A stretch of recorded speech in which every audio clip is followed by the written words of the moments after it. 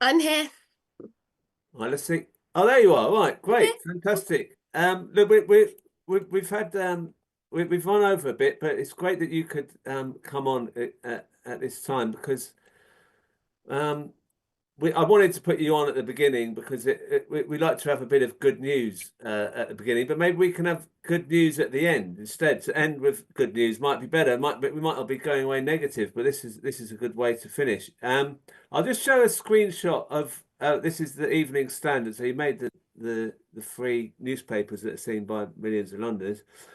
Consultation over disability benefits reform was unlawful. High Court rules. Ellen Clifford brought legal action against the government, arguing that the process did not provide people with sufficient information. I've also got this clip of you outside the High Court. I'll just play some of it, and then Once I heard the judgment, I was reminded of all of those that we've lost and all of those who we don't know who have died. Countless people who've died as a result of cuts and changes to their benefits and other austerity measures. But today, Mr. Justice Calver has recognised the unfairness of a government consultation that deliberately set out to mislead and to disguise the potentially devastating impacts that these particular changes would have on disabled people, including those at substantial risk of harm and including pushing at least 100,000 more disabled people into absolute poverty. The judgment has respected the expertise of deaf and disabled people's organisations. It recognises the genuine difficulties that DDPOs and those affected by the changes had in responding to the consultation within such a short time frame and done in such a rushed and misleading way. And it sets out expectations for good practice consultation by government going forwards. Today is a win for disabled people. Although I was the claimant this time, this was very much a collective effort, and thanks to all my friends and colleagues within Disabled People Against Cuts, Inclusion London and the UK Coalition, and all those other individuals and organisations who gave their time and effort to this. This was about all of us working together for justice for our people. what a fantastic result you had there at the High Court. And I mean, the amount of work you put into it. We heard you speaking before a few months ago about this case coming up, and how do you feel about the result? And also, could you tell us a bit about this possible white paper that the government are bringing in? I was expecting us supposed to feel a bit more relief. I mean, there is huge relief because the particular changes that were proposed in the consultation were they could have come in any day. The government only needed to lay the regulations in Parliament, and actually, when the general election came, that we were expecting them to be laid in Parliament despite the court case, like any day. So it was a huge relief that that didn't get done, just because it moves things forward in ways that make it harder to kind of unpick and get rid of. Um, but the government came out very, very quickly and said, we're going to reconsult. So I don't know at this stage if that means that we will have to wait to the until the spring and the white paper that's due in the spring for them to start the next process in trying to get these particular cuts through, basically. What it has done, though, is to expose Labour to some of their supporters who were still, on the day of the judgment coming out, in denial about the fact that Labour is going ahead with these. There were people on social media saying, oh, but this is against things that the Tories brought in and Labour aren't committed to. And of course, the question is, well, why are they going to such lengths to defend this case if they don't want to bring in these changes themselves? And they went to extraordinary lengths.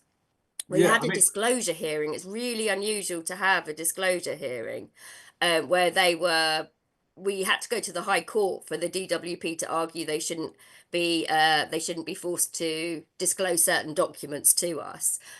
Sadly, after a court case You can only bring into the public domain and talk about the documents that actually came up in court.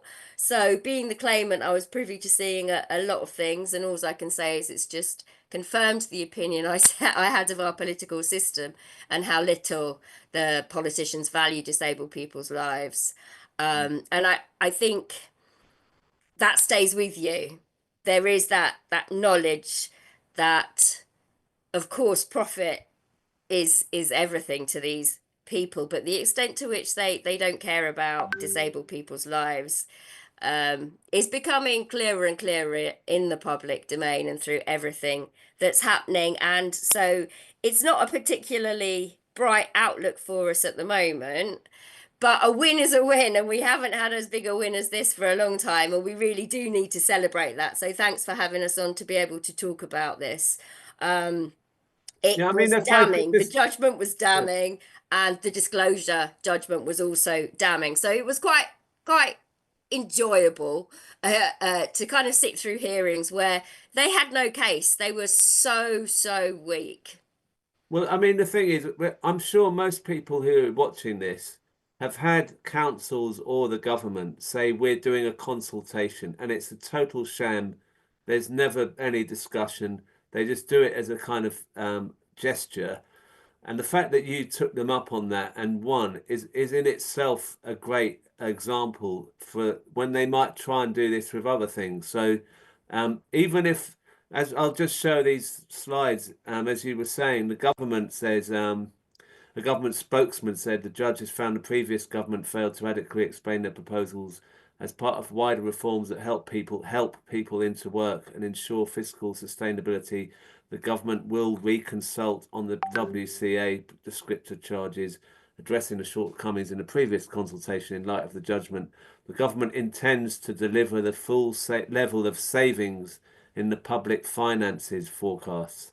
And this is Keir Starmer in the Sun. I've got the balls to take an axe to Britain's benefits bill. We'll be ruthless with cuts if needed, vows Keir Starmer. He doubled down on no more borrowing to fund runaway government costs. Interviewed by Harry Cole. Uh, I mean, that's depressing. Starmer's not taken any note of this. We really have to show more support for disabled people and Deepak in order to stop this narrative about skivers and shirkers and all this kind of thing.